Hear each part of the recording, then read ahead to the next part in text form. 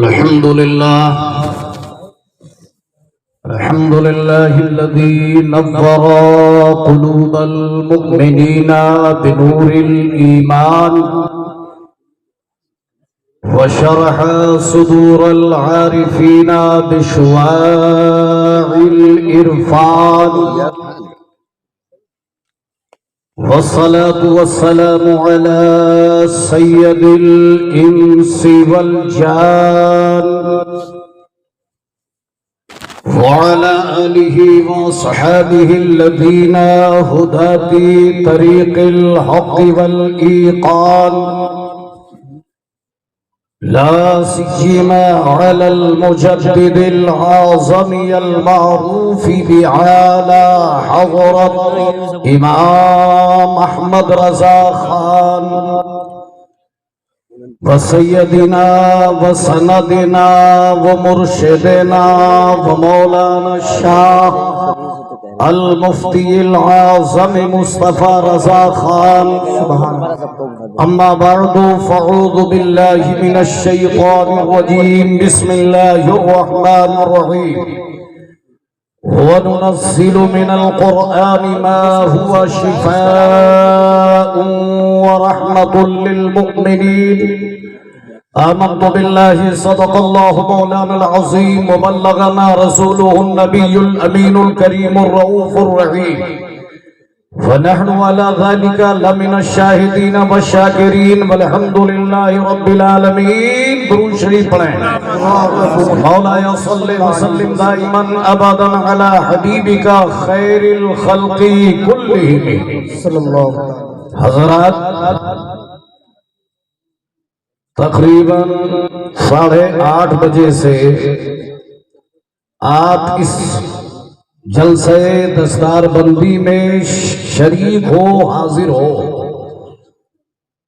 اس جشن پاک میں، اس بابرکت اجلاس میں آپ حاضر آئے ہو اور ابھی تک موجود ہو. لوگ ابھی محبت کی بات چل رہی تھی، عشق مصطفیٰ کی بات چل رہی تھی. ایک حدیث پاک پہلے آپ سن لو، اس کے بعد میں جس تعلق سے اس محفل پاک کا انعقاد کیا گیا ہے میں عرض کروں گا. آپ یہ مت سمجھو کہ کہیں آپ رات تقریباً 12 بجنے والے ہوں گے، شاید 12:15 ہو چکے ہیں. یہ سونے کا ٹائم ہے، لیٹنے کا ٹائم ہے، بستر پر جانے کا ٹائم ہے. لیکن ہمیشہ نہیں، کبھی ایسا بھی ہوتا ہے کہ اللہ اور اللہ والوں کے ذکر کی محفل میں شرکت بھی کی جاتی ہے اور شریک ہو گئے تو جب تک اختتام نہ ہو حاضر رہنا چاہیے. بہت سے لوگ تھوڑی دیر ذائقہ لیا اس کے بعد چلے گئے. بھائی یہ ہمیشہ نہیں ہے. یہ آپ کے امام محترم حضرت علامہ مولانا مفتی فہیم رضا صلی اللہ علیہ وسلم ان کی محنتوں، مشقتوں، کاوشوں کا یہ نتیجہ ہے کہ یہ چھوٹے چھوٹے بچے اسلامی معلومات ماشاءاللہ جواب نہیں ہے. آپ کی عمر 50 سال ہو گئی، کسی کی 60 سال 70 سال، مگر وہ مسائل جو ان بچوں نے ابھی پیش کیا ہے کتنے ایسے ہیں کہ 70 سال والوں کو ہی معلوم نہیں. یہ ان کی محنت اور مشقت اور کاوشوں کا یقیناً نتیجہ ہے. ایسے امام کم ہی دستیاب ہوتے ہیں. خوش نصیب ہو کہ آپ کو ایسا متحرک اور فعال امام اور عالم دین مل گیا ہے. قدر کرو، سنو. ایسے یہ پروگرام ہم جشن مناتے ہیں، کبھی جشن صدیق اکبر، کبھی جشن صدیق عمر، کبھی جشن عثمان غنی، کبھی جشن مولا علی، کبھی جشن حسنین کریمین، اور کبھی جشن غوث الورا، اور کبھی جشن سلطان الہند، اور کبھی جشن صابر کلیری مناتے ہیں، کبھی جشن نظام الدین مناتے ہیں، کبھی جشن امام محمد رضا مناتے ہیں، اور کبھی جشن مفتی اعظم ہند مناتے ہیں۔ اے لوگوں، سنی مسلمان جب تک دنیا میں باقی رہے گا ایسے جشن مناتا رہے گا، دنیا کی کوئی طاقت بھی ان پروگراموں کو نہیں روک سکتی۔ بے شک سبحان اللہ۔ ہمارے آپ کے امام اہل سنت سیدی سرکار اعلیٰ حضرت فرماتے ہیں، مٹ گئے مٹتے ہیں، مٹ جائیں گے دشمن تیرے، نہ مٹا ہے نہ مٹے گا کبھی چرچا تیرا۔ سبحان اللہ۔ نعرہ تکبیر، نعرہ رسالت، جشن دستار بندی حضرت علامہ مفتی ایوب صاحب قبلہ۔ اور تو گھٹائے سے کسی کے نہ گھٹا ہے نہ گھٹے، جب بڑھائے تجھے اللہ تعالیٰ تیرا، اور تیری سرکار میں لاتا ہے رضا اس کو شفیع، جو میرا غوث ہے اور لاڈلا بیٹا تیرا۔ اب حدیث پاک سنو مسلمانوں، محبت میں بیٹھے ہو، محبت میں آئے ہو، پیار میں آئے ہو تو سنو، پیار جو جس سے محبت کرے گا، پیغمبر اعظم صلی اللہ علیہ وسلم نے ارشاد فرمایا، بخاری شریف کی حدیث پاک ہے، المرء مع من احب، رواہ البخاری۔ مصطفیٰ جان رحمت نے ارشاد فرمایا، اے لوگوں، جو جس سے محبت کرے گا قیامت کے دن اسی کے ساتھ اس کا حشر ہوگا، جو جس سے پیار کرے گا قیامت کے دن اسی کے ساتھ اس کا حشر ہوگا۔ اگر کوئی وہابی دیوبندی سے پیار کرے گا تو قیامت کے دن بد مذہبوں کے ساتھ اس کا حشر ہوگا۔ اگر کوئی جواری، شرابی اور مکار بے نمازیوں سے محبت کرے گا تو قیامت کے دن انہی کے سب میں اس کو کھڑا کیا جائے گا۔ لیکن اگر آپ عالموں سے محبت کرو گے، اگر مفتیوں سے محبت کرو گے، اگر اماموں سے محبت کرو گے تو انہی کے ساتھ تمہارا حشر ہوگا۔ یہ کون کہہ رہا ہے؟ یہ مصطفیٰ جان رحمت ارشاد فرما رہے ہیں، اگر امام اہل سنت سیدی سرکار اعلیٰ حضرت سے سچی محبت کرو گے تو قیامت کے دن اعلیٰ حضرت کے سائے میں رہو گے۔ اگر سرکار مفتی اعظم اور تاج الشریعہ سے محبت کرو گے یقیناً ان کا سایہ نصیب ہوگا۔ اگر صابر کلیری سے محبت کرتے ہو تو ان کا سایہ نصیب ہوگا۔ اگر سلطان الہند خواجہ غریب نواز سے سچی محبت کرو گے تو ان کی معیت نصیب ہوگی۔ اگر تاجدار بغداد غوث سمدانی، محبوب ربانی، الشیخ عبد القادر جیلانی بغدادی سے محبت کرو گے تو غوث اعظم کا سایہ نصیب ہوگا۔ اور اگر سچی محبت پیغمبر اسلام سے کرو گے تو شفاعت نعرہ تکبیر، نعرہ رسالت، فیضان اولیاء اکرام، مسلک اعلیٰ حضرت، جشن دستار بند۔ مولانا صلی وسلم دائما ابدا علی حبیبک خیر الخلق کلہم۔ اے لوگوں، اپنے بچوں کو دینی تعلیم دلاؤ، دنیاوی تعلیم سے کوئی روکتا نہیں ہے۔ ہندی بھی پڑھانا ضروری ہے، اس زمانے میں انگلش بھی پڑھانا ضروری ہے، میتھ اور سائنس کی تعلیم بھی ضروری ہے، مگر اولیت حاصل ہے اسلامی تعلیم کو۔ اسلام کی تعلیم ہے، قرآن کی تعلیم دلاؤ، اردو پڑھاؤ، کم سے کم اتنا کر لو۔ اچھا پڑھنے والے قرآن سے، اچھا قرآن خاں سے اپنے بچوں کو قرآن پڑھاؤ۔ ماشاءاللہ یہ عالم بھی ہیں، حافظ بھی ہیں، مفتی بھی ہیں، یقیناً بہترین قرآن پڑھتے ہیں، اور جب انہوں نے ان کو پڑھایا ہے تو یہ اچھا ہی پڑھتے ہوں گے۔ اللہ رب العزت ان بچوں کے عمر میں بے پناہ برکتیں عطا فرمائے اور ان کے والدین کو اس کا اجر عظیم عطا فرمائے، ثواب جمیل عطا فرمائے۔ آؤ دیکھو، میں نے قرآن مقدس کی آیت کریمہ تلاوت کی۔ اللہ رب العزت ارشاد فرماتا ہے وَنُنَزِّلُ مِنَ الْقُرْآنِ مَا و شفاء و رحمت للمؤمنین. رب نے ارشاد فرمایا اے بندو سنو، اے بندو سنو، ہم نے جو یہ قرآن اتارا ہے، جس قرآن کو پڑھ کر کے آج یہ حافظ قرآن بنے ہیں، جس قرآن کو پڑھ کر کے الفاظ قرآن، نظم قرآن جو پڑھتا ہے یاد کر لے زبانی، اگر وہ دیکھ کر پڑھے تو ناظرہ خاں کہا جاتا ہے، اور اسی قرآن کے الفاظ کو یاد کر لے اسے حافظ قرآن کہا جاتا ہے، اور قرآن کے ان الفاظ کے معنی اور مطالب کو جو جان لیتا ہے اسے عالم دین کہا جاتا ہے، حافظ دین رحمان کہا جاتا ہے. آؤ دیکھو، میں نے عرض کیا اللہ رب العزت ارشاد فرماتا ہے یہ ہم نے قرآن جو اتارا ہے، یہ قرآن مقدس کتنے سال میں اترا، کون لے کر کے آیا، آپ تک قرآن کیسے پہنچا ہے، دنیا میں لوگوں تک قرآن کیسے پہنچا، کون لے کر کے آیا؟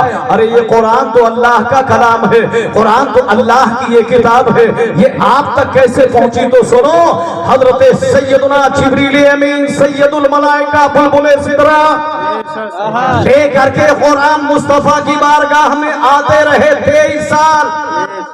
یوں تو 24,000 مرتبہ جبریل مصطفیٰ کی بارگاہ میں آئے.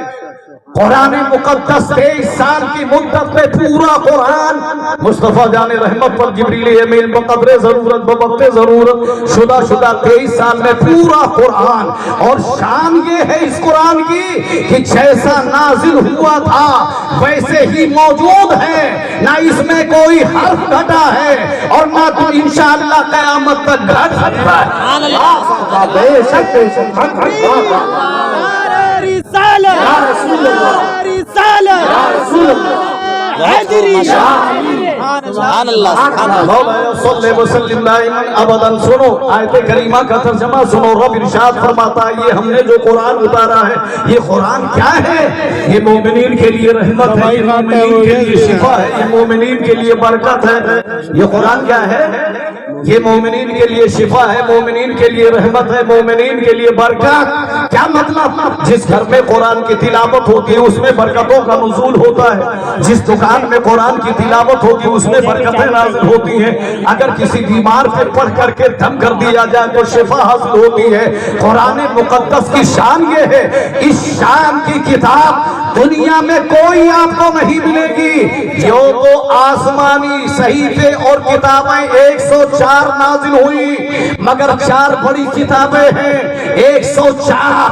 اب آؤ دیکھو، دنیا میں جتنی کتابیں ہیں ساری کتابیں پڑھی جاتی ہیں، چاہے وہ دینی کتابیں ہو، چاہے وہ دنیاوی کتابیں ہو، چاہے وہ اسلامی کتابیں ہو، چاہے دوسروں کی کتابیں ہو، مگر جس انداز سے قرآن کو پڑھا جاتا ہے، جس نوعیت سے قرآن کی تلاوت ہوتی ہے، دنیا میں اس طرح سے کوئی کتاب نہیں پڑھی جاتی ہے. ارے اتنی کثرت کے ساتھ دنیا میں کوئی کتاب نہیں پڑھی جاتی. قرآن کیسے؟ دیکھو، مدرسوں میں قرآن کی تلاوت ہوتی ہے، خانقاہوں میں قرآن کی تلاوت ہے، مدرسوں میں قرآن کی تلاوت ہے، مکان میں قرآن کی تلاوت ہے، سفر میں قرآن کی تلاوت ہے، حضر میں قرآن کی تلاوت ہے، شہر میں قرآن کی تلاوت ہے، گاؤں میں قرآن کی تلاوت ہے، قصبات میں قرآن کی تلاوت ہے، اپنوں میں قرآن کی تلاوت ہے، خیروں میں قرآن کی تلاوت ہے، ہوائی جہاز میں قرآن کی تلاوت ہے، ٹرینوں میں قرآن کی تلاوت ہے، بسوں میں قرآن کی تلاوت ہے، حضر میں قرآن کی تلاوت ہے، سفر میں قرآن کی تلاوت ہے. ایک مرتبہ علامہ نعیم الدین مراد آبادی سے مفسر اعظم سے پوچھا تھا رام چندر آریہ نے کہ حضرت یہ بتاؤ، آپ کا قرآن تو ہمیں 14 سپارے یاد ہیں، مگر میرا بیت آپ کو کچھ یاد ہے یا نہیں؟ تو صدر الافاضل نے فرمایا تھا سن لے، یہی تو میرے قرآن کی شان ہے. تیرے قول کے مطابق تیرے بیت کو آئے ہوئے دنیا میں لاکھوں برس گزر گئے، مگر تیرا بیت ہندوستان سے باہر نہ جا سکا. مگر قرآن کی شان یہ ہے کہ چند صدیوں میں ساری کائنات میں پھیل گئی. نعرہ تکبیر، نعرہ رسالت، عظمت قرآن پاک. جشن دستار بندی حفاظ اہل سنت علماء اہل سنت حضرت علامہ مفتی ایوب صاحب قبلہ مولا صلی وسلم دائما ابدا علی حبیبک خیر الخلق کلہم. تو قرآن مقدس میں نے کہا تھا آج تک جیسا نازل ہوا ویسے ہی موجود ہے. ایک کوئی نوح کسی حرف کا کم نہیں ہو سکا اور ایسے کہو نقطے بھی نہیں ایک نقطہ بھی کم نہ ہوا. اگر کسی قرآن کسی نسخے میں یہ معلوم ہو جائے کسی مطبوعہ کے تعلق سے کہ فلاں مطبوعہ کے قرآن میں ایک جگہ زیر کی بجائے زبر آ گیا تو دنیا کوئی اس قرآن کو لینے کے لیے تیار نہ ہوگی کہ ارے اس میں غلطی ہے. اور کیسے غلطی ہو ہم حفاظت کریں تو ہماری حفاظت میں غلطی ہو سکتی ہے, آپ کرو گے تو کسی چیز کی حفاظت اس میں خطا ہو سکتی ہے, مگر جانتے ہو یہ قرآن کس کی حفاظت میں ہے؟ تو رب نے ارشاد فرمایا اِنَّا نَحْنُ نَزَّلْنَا الذِّكْرَ وَإِنَّا لَهُ لَحَافِظُونَ. ارے قرآن کو ہم نے ہی اتارا ہے اور قرآن کے محافظ بھی ہم ہی ہیں.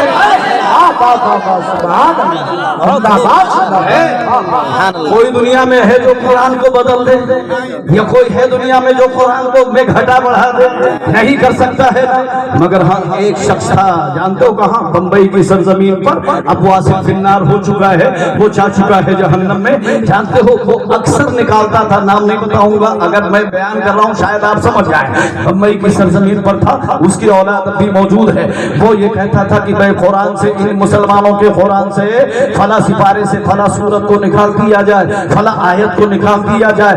اس کا مطلب یہ ہوتا تھا, وہ اخباروں میں اکثر نکالتا تھا, رسالوں میں اپنے نکالتا رہتا تھا, جریدوں میں نکالتا تھا, بیانات بھی دیتا تھا, مگر یہ اس کی غلط فہمی تھی. کیا ایسے قرآن مٹ سکتا ہے؟ ارے کفار مکہ جب یہ قرآن جبریل لے کر کے آ رہے تھے نا مصطفیٰ کی بارگاہ میں, تو کفار مکہ بھی یہی کہتے تھے کہ یہ قرآن اللہ کا کلام نہیں ہے, یہ محمد عربی خود اپنا گڑھ لیتے ہیں. ان کا مقصد تھا کہ قرآن کی اہمیت گھٹ جائے, قرآن کا مقام گھٹ جائے, قرآن کی عظمت گھٹ جائے, قرآن کا وقار گھٹ جائے. مگر نہ اس وقت گھٹا تھا, نہ وہاں کے کفار گھٹا سکے, نہ انشاءاللہ یہاں کے کفار گھٹا سکیں گے.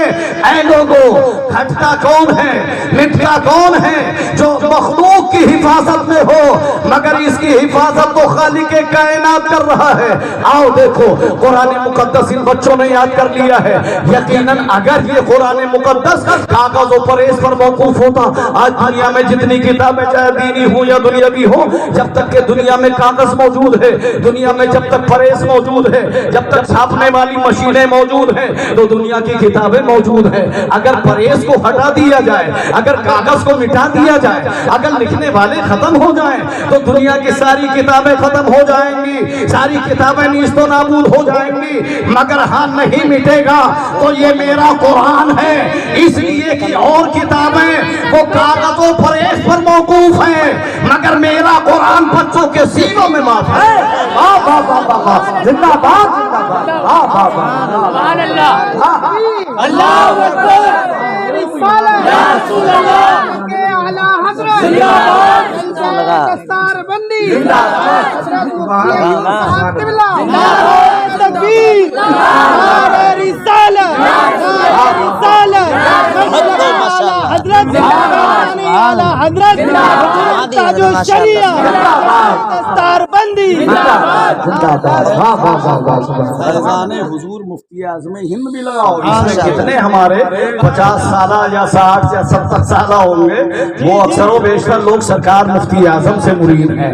نوجوان طبقہ حضور تاج الشریعہ سے بیعت ہے, ماشاءاللہ. آؤ دیکھو, میں عرض یہ کر رہا تھا کہ قرآن مقدس کو کس نے, کون لایا؟ جبریل امین لے کر کے آئے, 23 سال کے مدت میں لائے. آپ سے اگر کوئی پادری پوچھ لے, عیسائی پوچھے کہ بڑے مسلم ہو، یہ بتاؤ کہ قرآن مقدس تمہیں کیسے ملا؟ تو کیا جواب دو گے؟ یاد رکھو جبریل لے کر کے آئے مصطفیٰ کی بارگاہ میں 23 سال کی مدت میں، اور جب مصطفیٰ کے پاس لاتے تھے حضور علیہ السلام، بہت سے صحابہ تھے جو کاتب تھے، لکھنے والے تھے، انہی میں حضرت امیر معاویہ رضی اللہ تعالیٰ عنہ تھے۔ حضرت امیر معاویہ کو بلا کر کے حضور فرماتے معاویہ لکھو یہ آیت کریمہ اللہ نے نازل فرمائی ہے۔ حضرت امیر معاویہ وہ لکھ لیا کرتے تھے۔ اے لوگوں، امیر معاویہ کون ہیں؟ یہ کاتب قرآن، عاشق محبوب رحمان، جلیل القدر صحابی ہیں، اور صحابی کے مقام کو کوئی ولی پہنچ ہی نہیں سکتا۔ صحابی کون ہیں؟ صحابی کس کو کہتے ہیں جانتے ہو؟ جنہوں نے مصطفیٰ جان رحمت کو سر کی آنکھوں سے دیکھا ہو اور اسلام قبول کیا، اسی پر ان کا ایمان، اسی پر ان کا خاتمہ بھی ہوا، اسی پر ان کا خاتمہ ہوا۔ 1,24,000 مصطفیٰ جان رحمت کے مرید اور صحابہ گزرے۔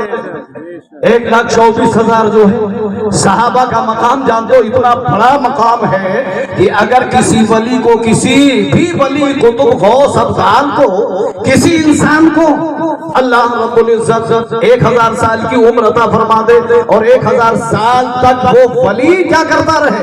عبادت کرتا رہے، ریاضت کرتا رہے، نماز پڑھتا رہے، روزہ رکھتا رہے، حج کرتا رہے، یعنی پوری زندگی اطاعت شریعت میں گزار دے، تو ایسا آدمی کیا نہیں ہو سکتا ہے؟ ولی ہو سکتا ہے، قطب ہو سکتا ہے، غوث ہو سکتا ہے، ابدال ہو سکتا ہے، قریب نماز ہو سکتا ہے، غوث اعظم ہو سکتا ہے، قطب عالم ہو سکتا ہے، مجدد اعظم ہو سکتا ہے، مگر صحابی نہیں ہو سکتا۔ اس لیے کہ ولایت، یہ تو ولایت جو ہے یہ کیا ہے؟ ولایت کیسے ملتی ہے؟ وہ عبادت و ریاضت سے بھی مل سکتی ہے، ورنہ ہے اللہ کی عطا سے۔ مگر صحابیت کا معاملہ کیا ہے؟ صحابیت کسی اور سے نہیں، مصطفیٰ کی زیارت سے۔ جس نے دیکھا وہ صحابی ہو گیا، جس نے ایک نظر دیکھا، ایک وقت کی نماز نہ پڑھی، جیسے اس نے دیکھا کلمہ پڑھا لا الہ الا اللہ محمد رسول اللہ، وہ صحابی ہو گیا۔ ایک وقت کی نماز نہ پڑھی، مگر مرتبہ اتنا بلند ہے اس کا کہ کوئی ولی قطب غوث ابدال اس کے مقام کو نہیں پہنچ سکتا۔ تو جس نے مصطفیٰ کو دیکھا اور دیکھ کر کے ایک وقت کی نماز بھی نہ پڑھ سکا، انتقال کر گیا، جب اس کا اتنا بڑا مقام، تو مصطفیٰ جان رحمت کا کیا پہنچ سکتا ہے؟ نہیں۔ اب آؤ دیکھو، میں نے عرض یہ کیا کہ قرآن مقدس کو اللہ رب العزت نے جبریل امین کے ذریعے سے 23 سال کی مدت میں اتارا۔ کہاں سے شروع ہوتا ہے؟ وہ کون سی سورت ہے جو سب سے پہلے نازل ہوئی؟ جبریل لے کر آئے اقرا بسم ربک الذی خلق، یہی تو آیت کریمہ ہے، یہی سورت ہے جس کو جبریل سب سے پہلے غار حرا میں لے کر آئے تھے۔ مصطفیٰ غار حرا میں تھے، جبریل لے کر کے نازل ہوئے اقرا بسم ربک الذی خلق، اے محبوب پڑھو، اے محبوب پڑھو۔ بخاری شریف میں حدیث میں اس کو بیان کیا گیا کہ جبریل نے کہا پڑھو، اللہ کے محبوب نے فرمایا ما انا بقاری، میں پڑھنے والا نہیں۔ مصطفیٰ نے کوئی کتاب نہ پڑھی تھی، کسی طرح کی کوئی کتاب نہ پڑھی، کہیں نہ پڑھا، تو جبریل کہہ رہے تھے اقرا پڑھیے، مصطفیٰ نے فرمایا ما انا بقاری، میں پڑھنے والا نہیں۔ پھر فرمایا اقرا پڑھیے، انہوں نے کہا میں پڑھنے والا نہیں، 3 مرتبہ ہو گیا، چوتھی بار میں بھی یہی ہوا کہ میں پڑھنے والا نہیں۔ حکمت کیا تھی اس میں؟ جب انہوں نے کہا تھا اقرا بسم ربک الذی خلق، اے محبوب میں نہیں کہہ رہا ہوں، آپ کا خدا کہہ رہا ہے پڑھو، تو مصطفیٰ نے پڑھنا شروع کر دیا تھا، مصطفیٰ نے پڑھنا شروع کر دیا تھا۔ اس میں حکمت یہ تھی کہ اگر جبریل کے کہنے سے پڑھ لیتے تو آج کل کا وہابی یہ کہتا کہ ارے جبریل یہ مصطفیٰ کے استاد ہیں، اور چونکہ مصطفیٰ کا کوئی استاد مخلوق میں نہیں ہے، اگر استاد ہے تو خالق کائنات ہے۔ نعرے تکبیر، نعرے رسالت، جشن دستار بندی۔ اور سنو، یہ اقرا بسم ربک الذی خلق، یہ آیت کریمہ نازل ہوئی کہاں غار ہرا میں. اس کے بعد اب آغاز ہو گیا, قرآن کے نزول کا آغاز ہو چکا ہے. اب کبھی مکے میں قرآن نازل ہو رہا ہے, کبھی مدینے میں نازل ہو رہا ہے, کبھی سفر میں ہو رہا ہے, کبھی حضر میں ہو رہا ہے, کبھی حجرہ عروسی میں ہو رہا ہے, کبھی حضرت سیدہ صدیقہ رضی اللہ تعالیٰ عنہ کے حجرہ پاک میں ہو رہا ہے. قرآن اترتا رہا. رب نے اپنے محبوب کو پیدا کیا تو مکے میں, اور محبوب پر قرآن بھی اتارا تو مکۃ المکرمہ یعنی غار حرا میں. اس شہر پاک کا کیا کہنا کہ شہر پاک کا, مکۃ المکرمہ کا, بھائی خانہ کعبہ ہے کہ نہیں وہاں, مصطفیٰ کی ولادت بھی وہی ہوئی, شباب نہیں ہے شہر پاک کا. اور اعلیٰ حضرت نے فرمایا کہ ہوتے کہاں, مگر یہ ساری فضیلتیں جو مکے کو حاصل ہیں یہ کیسے حاصل ہیں؟ تو اعلیٰ حضرت فرماتے ہیں کہ ہوتے کہاں, خلیل و بنا کعبہ و منا, لولاک والے صاحبی سب تیرے گھر کی ہے. اور وہ جو نہ تھے تو کچھ نہ تھا, وہ جو نہ ہو تو کچھ نہ ہو, وہ جان ہے جہان کی اور جان ہے تو جہان ہے. ہے جہاں میں جن کی چمک دمک, ہے چمن میں جن کی چہل پہل, وہی ایک مدینہ کے چاند ہیں, سب انہی کے دم کی بہار ہے. یا رسول اللہ تمہاری چمک, تمہاری دمک, تمہاری جھلک, تمہاری مہک, زمین و فلک سماک و سمک میں سکہ روا تمہارے لیے, زمین و زمان تمہارے لیے, مکین و مکان تمہارے لیے, ہم آئے یہاں تمہارے لیے, اٹھے بھی وہاں تمہارے لیے. نعرہ تکبیر, نعرہ رسالت, فیضان اعلیٰ حضرت, مسلک اعلیٰ حضرت, فیضان مفتی اعظم. مولا صلی وسلم دائما ابدا. یہ مکۃ المکرمہ, حاجی لوگ بھی اس میں موجود ہوں گے ماشاءاللہ. حاجیوں کا قافلہ چلتا ہے تو اتنا عظیم شہر ہے نا مکہ, مگر ابھی میں عرض کروں گا, مکہ اتنا عظیم شہر کی حاجیوں کا قافلہ چلا اور مکۃ المکرمہ میں پہنچا. جیسے ہی خانہ کعبہ نظر آتا ہے تو حاجیوں کے گناہ ایسے جھڑتے ہیں جیسے درخت سے پتے جھڑا کرتے ہیں. یہ مکہ ہے جس میں قرآن بھی نازل ہوا, مصطفیٰ کی ولادت بھی ہوئی. یہ ہے نا. مگر ایک سوال پیدا ہو گیا کہ یار مکہ کی آپ تعریف کیے جا رہے ہو, مدینہ المنورہ بھی تو عظمت والا شہر ہے, رفعت والا شہر ہے, شوکت والا شہر ہے, عظیم شہر ہے مدینہ المنورہ. اب یہ بتاؤ کہ مکہ اور مدینے میں کون سا شہر افضل ہے؟ یہ تمہیں بتانا پڑے گا. یہ سوال کر دیا کہ مکہ افضل ہے یا مدینہ. مصطفیٰ پیدا ہوئے مکے میں, مگر آپ کا مزار مقدس تو مدینہ المنورہ میں ہے, جہاں پر روزانہ 70,000 فرشتے نازل ہوتے ہیں. 70,000 فرشتے صبح کو آتے ہیں اور 70,000 فرشتے شام کو آتے ہیں. اب یہ بتاؤ کہ مکہ مدینے میں ہم کس کو افضل کہیں, ہم کس کو افضل مانیں؟ تو سنو, جب یہ سوال کیا گیا تو میں نے عالم تصور میں فقہا کی طرف توجہ کیا, محدثین کی طرف. اے فقہاء کرام, آپ بتاؤ کہ آخر مکہ افضل ہے یا مدینہ, مدینہ افضل ہے یا مکۃ المکرمہ, افضل کون ہے؟ تو بعض فقہاء علماء محدثین فرماتے ہیں کہ مکہ مدینے سے افضل ہے, اس لیے کہ مکہ کو ابراہیم خلیل اللہ نے بسایا ہے. مکہ میں خیر و برکت کی دعائیں ابراہیم خلیل اللہ نے کی ہے. مکہ میں ایک نیکی کا ثواب 1,00,000 کے برابر ہے. مکہ میں مقام ابراہیم ہے, مکہ میں حجر اسود ہے, مکہ میں خانہ کعبہ ہے, مکہ میں حج ہوتا ہے. مگر یہی سوال لے کر جب مدینہ کے سب سے بڑے عالم سیدنا امام مالک کی بارگاہ میں عالم تصور میں گیا اور میں نے پوچھا, اے مدینہ کے سب سے بڑے عالم, آپ ارشاد فرماؤ کہ آخر مکہ افضل ہے یا مدینہ؟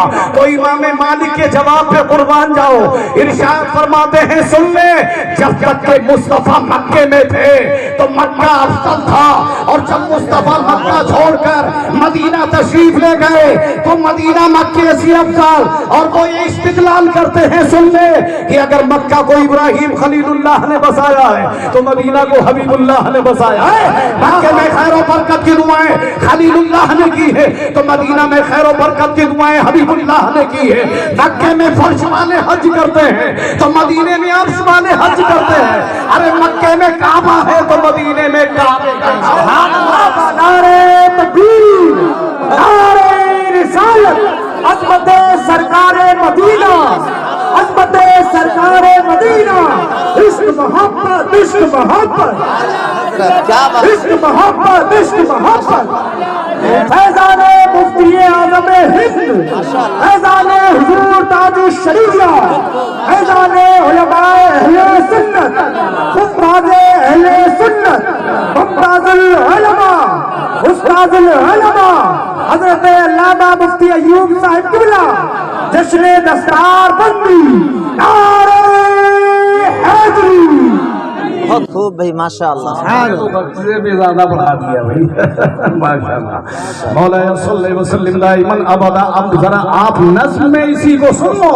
میرے آپ کے امام اہل سنت نے ارشاد فرمایا حاجیو آؤ شاہ کا روزہ دیکھو کعبہ تو دیکھ چکے کعبے کا کعبہ دیکھو اور زینت کعبہ میں تھا لاکھ عروسوں کا بناؤ جلوہ فرمایا کونین کا دولہا دیکھو اور غور سے سن تو رضا کعبے سے آتی ہے صدا میری آنکھوں سے میرے پیارے کا روزہ دیکھو.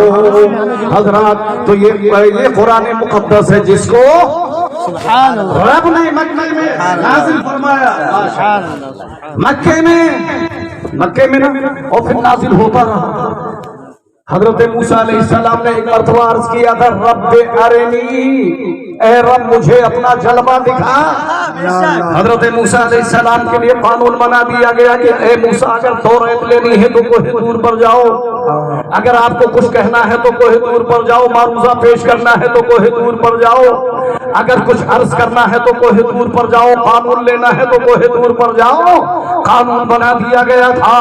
مگر میرے آقا کی عظمت کا عالم یہ ہے کہ جب قرآن مقدس نازل ہو رہا تھا رب نے ارشاد فرمایا میرے محبوب وہ موسیٰ تھے جن کے لیے میں نے قانون بنایا تھا, محبوب تمہارے لیے کوئی قانون نہیں ہے.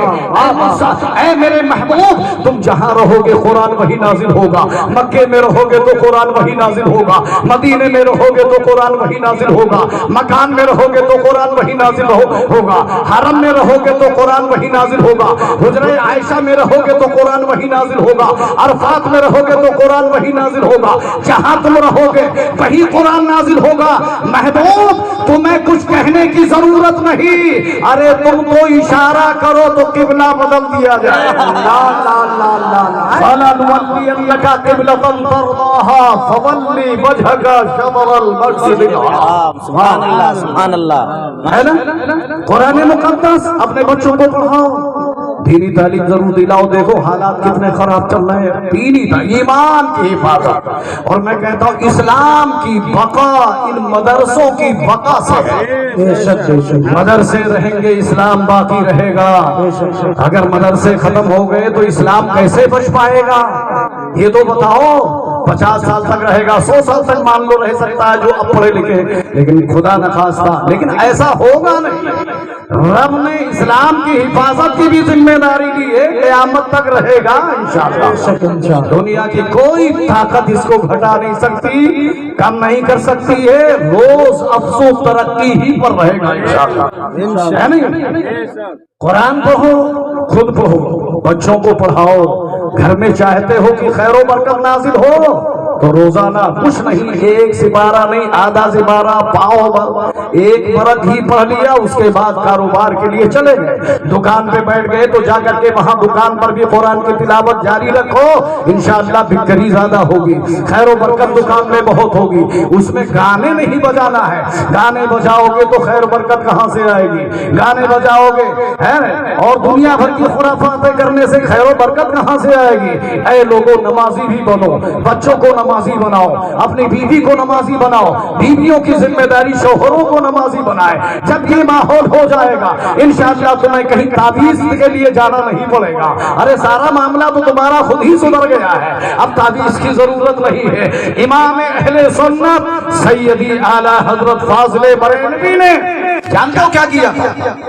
27 دن میں قرآن مقدس حفظ فرما لیا. سبحان سبحان اللہ سبحان اللہ. 27 دن, اور کسی کو سنایا نہیں تھا, بس اتنا تھا کہ مغرب کے بعد امام اہل سنت صدر الشریعہ انصاری رحمت اللہ تعالی علیہ اعظم گڑھ کے اس دور کے انصاری برادری کے سب سے بڑے عالم دین تھے، اعلیٰ حضرت کے خلیفہ بھی تھے، اعلیٰ حضرت کے شاگرد بھی تھے۔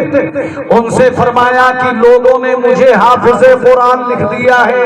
ایک خط آیا تھا باہر سے، اس میں اعلیٰ حضرت کو حافظ قرآن لکھا گیا تھا۔ اس وقت تک اعلیٰ حضرت حافظ قرآن نہیں تھے۔ آپ نے فرمایا لوگ مجھے حافظ کہتے ہیں اور میں حافظ نہیں ہوں، لہذا حافظ ہونا چاہیے۔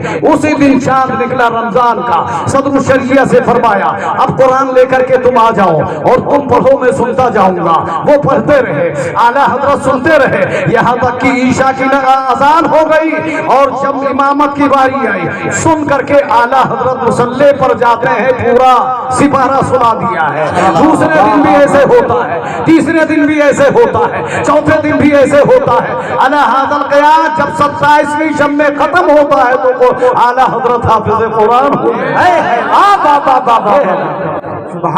امام احمد، امام محمد جو سرکار امام اعظم کے بہت بڑے شاگرد، 999 بڑی کتابوں کے مصنف گزرے، 999 یعنی 1000 مان لو کتابوں کے مصنف۔ اس دنیا میں چند عالم ایسے گزرے ہیں جن کی بے شمار تصنیفات، انہی میں سے امام اہل سنت اعلیٰ حضرت فاضل بریلوی ہے، علامہ جلال الدین سیوطی ہے، حضرت امام محمد ہے۔ امام محمد آئے اپنے استاد امام اعظم کے پاس آئے اور کہا حضور میں فقہ پڑھنے آیا ہوں، بہت گورے خوبصورت ہیں۔ آپ نے فرمایا یہ بچہ ہے فقہ پڑھے گا اور زیادہ خوبصورت بچوں کو سامنے بٹھا کے نہیں، دائیں بائیں بٹھا کے پڑھایا جائے۔ تو سرکار امام اعظم نے فرمایا ایسا کرو تم جا کر کے حفظ کر لو اور حفظ کرنے کے بعد میں آؤ، پھر میں تمہیں دینی تعلیم پڑھاؤں گا۔ سرکار امام اعظم ہے۔ اس امت محمدیہ میں صحابہ اور بعض تابعین کو چھوڑنے کے بعد قیامت تک اتنا بڑا کوئی عالم پیدا نہیں ہوگا۔ حضرت سرکار امام اعظم نے فرمایا جا بیٹا قرآن حفظ کر لے، اس کے بعد آنا۔ گئے امام محمد، ایک ہفتے کے بعد پھر واپس آ گئے اور جب آئے نعرے تکبیر، نعرے رسالت، جشن دستار بندی۔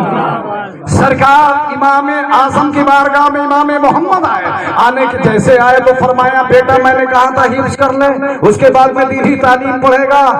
امام محمد عرض کرتے ہیں حضور میں نے 7 دن میں پورا قرآن حفظ کر لیا۔ قرآن حفظ کر لیا ہے، کمال ہے۔ غوث اعظم کے پیچھے نماز پڑھ لے، 4 رکعت عشاء کی نماز پڑھنے والا حافظ قرآن بن جاتا ہے۔ قرآن کی عظمت وہ ہے کہ جو کسی کتاب کی نہیں، کسی دین میں کسی ادیان میں بھی ایسا نہیں ہے جیسی کتاب ہماری ہے۔ اس کی فضیلت، اس کی برکت، اس کی رحمتوں سے ہمیں رب نے خوب مالا مال فرمایا ہے۔ اب ہم ہی خود ہی فیض نہ لینا چاہیں، مالا مال نہ ہونا چاہیں تو اس کا کیا کہنا ہے، کیا نتیجہ ہے اس کا؟ خود ہم نہیں پڑھ رہے ہیں تو یہ غلطی میری ہے نا۔ اولیاء کرام جتنے گزرے ہیں سارے اولیاء کرام قرآن کی تلاوت بلا شبہ کثرت کے ساتھ۔ امام اعظم کا جہاں وصال ہوا تقریباً 7000 ختم شریف کیا تھا۔ جس جگہ پر وصال ہوا جیل میں انتقال ہوا سرکار امام اعظم کا، جیل میں۔ اتنے بڑے عالم مگر پھر بھی جیل میں جانا پڑا تھا۔ تو جیل میں جانا کوئی ایسی بات نہیں، ہمارے بزرگ بھی گئے ہیں نا، لہذا اگر اب کوئی چلا جائے تو بزرگوں کی سنت ہی تو ہوگی۔ سرکار امام اعظم جہاں وصال ہوا 7000 ختم شریف فرمائے۔ آج کل ہم لوگ ہیں کہ پڑھے ہیں پھر بھی اٹھا کر کے اوپر رکھ دیا تاک میں، بس زینت بنا دیا تاک کے لیے قرآن کو رکھ دیا اور پڑھا نہیں۔ جب نہیں پڑھو گے تو بھولتے چلے جاؤ گے، ادائیگی بھی نہیں برقرار رہے گی۔ تیجے 40ویں میں لوگ جاتے ہیں تو خالی مشکل سے 1 گھنٹے میں 1 پاؤ پڑھ پاتے ہیں، اس لیے کہ جب پڑھو گے نہیں تو رفتار تو نہیں ہوگی نا۔ سارے اولیاء کرام، ایک بات اور پیش کرتا ہوں کہ سلام پڑھو۔ لکھنؤ کی سرزمین ہے، راجدھانی ہے، یوپی کی راجدھانی ہے نا۔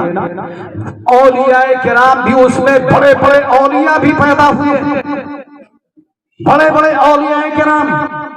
ایک واقعہ مجھے یاد آ رہا ہے، مفتی محمد حسین سنبھلی رحمت اللہ تعالی علیہ کے حوالے سے انہوں نے اپنے خطبات میں انہوں نے ذکر فرمایا کہ لکھنؤ کی سرزمین پر ایک بزرگ جن کا نام ہے شاہ مینا لکھنؤ، شاہ مینا یہ میڈیکل کالج کے احاطے میں حضرت کا مزار ہے، میں نے تو حاضری دی ہے۔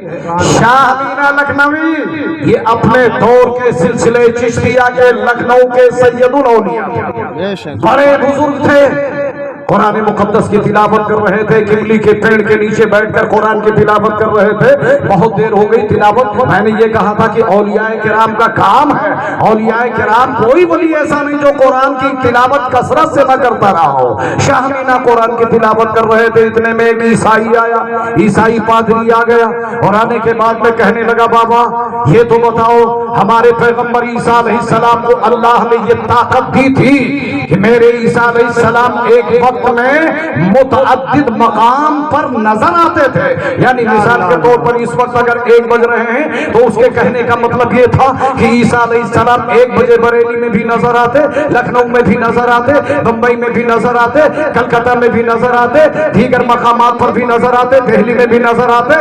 عیسیٰ علیہ السلام کو یہ طاقت دی تھی۔ اے بابا کیا تمہارے پیغمبر جناب محمد الرسول اللہ کو اللہ نے یہ طاقت بخشی تھی؟ کیا یہ قوت عطا فرمائی تھی؟ شاہ مینا کو جلال آیا، قرآن پڑھنا بند کر دیا، تھوڑی دیر خاموش رہے، اس کے بعد اس پادری سے فرماتے ہیں اب تو اپنے سر کو اوپر اٹھا۔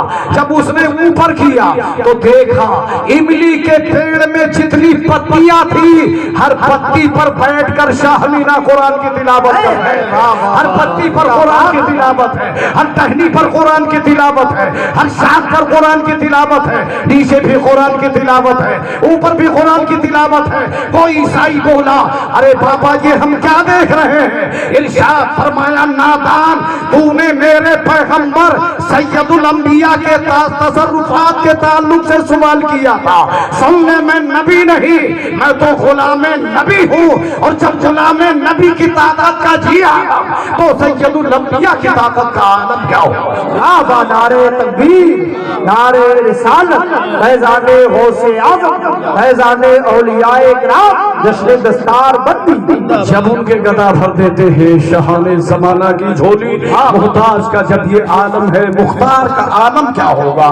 میٹر بڑا وسیع ہے، طویل ہے محترم حضرات۔ یہ میٹر ہمیں قرآن یار اتنی بڑی کوئی کتاب ہے ہی نہیں بھائی، اتنی عظمت والی نہیں، تو اس کے تعلق سے میٹر تو بے شمار ہے، لیکن مجھے خوشی اس بات پر ہے، میں تو یہ سمجھ رہا تھا شہر کے لوگ بھیا جلدی جلدی کنارہ کشی کرتے ہیں، بھاگ جاتے ہیں، مگر ایسا نہیں کیا آپ نے ماشاءاللہ۔ یہ آپ کا احسان رہا کہ آپ پورے طور پہ بیٹھے رہے، شام سے آپ بیٹھے ہو اور میری تقریر میں بھی بھرپور آپ نے تعاون کیا۔ اللہ رب العزت آپ کی عمروں میں صحت و سلامتی کے ساتھ برکتیں عطا فرمائے، اور یہ بچے جو حافظ قرآن